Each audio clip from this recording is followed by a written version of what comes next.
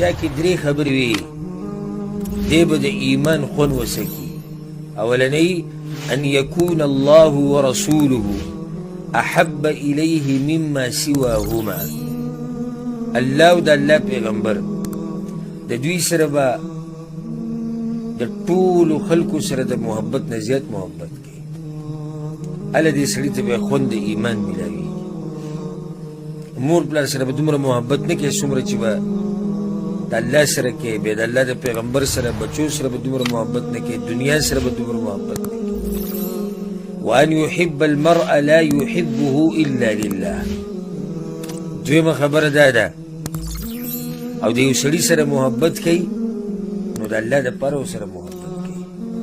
د دې دپاره موږ دا حدیث وایو یو سړي سره محبت کوي د دې د لاسه نه چې په رشته کې دی، په نسب کې دی، یا مالدار دی یا ښایسته دی، نه د دې د لاسه ورسره محبت کوي ځکه چې الله راضي کول غواړي.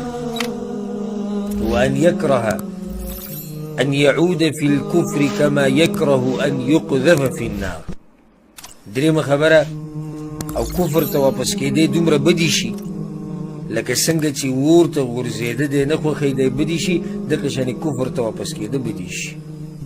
یو حدیث کې راځي د براء ابن عازب رضی الله عنه حدیث دی، وایي چې کنا عند النبي صلی الله علیه وسلم، منګه د پیغمبر صلی الله علیه وسلم سره یو مجلس کې ناسو، وی هغه دا سوال وکړو چې اتدرون ای عرى الایمان اوثق، تاسو ته دا پته شته چې د اسلام مضبوطه کړۍ کومه یوه ده؟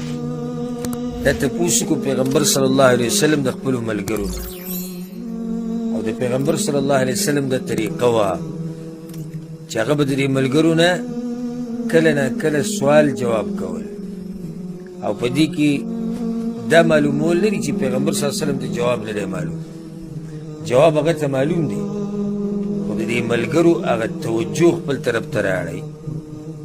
نو دا به ووایي یو سوال یې دا وکړو، وایي تاسو ته پته شته چې د ایمان مضبوطه کړۍ کومه وه؟ هغه ورته وایي الصلاه، لمونځ. پیغمبر صلی الله علیه وسلم ورته الصلاه حسنه، لمونځ خو یو لویه نیکي ده، ولیس بذاک، خو دغه مضبوطه کړۍ نه ده، دغه نه یادوم. وی بیا ورته موږ وایي چې الصیام، روژه ده؟ وایي چې نه نه، روژه خو صحیح ده چې یو لویه نیکي ده، یو لوی عبادت دی، خو دغه نه یادوم. وی بیا ورته موږ وایي چې جهاد، وایي چې نه.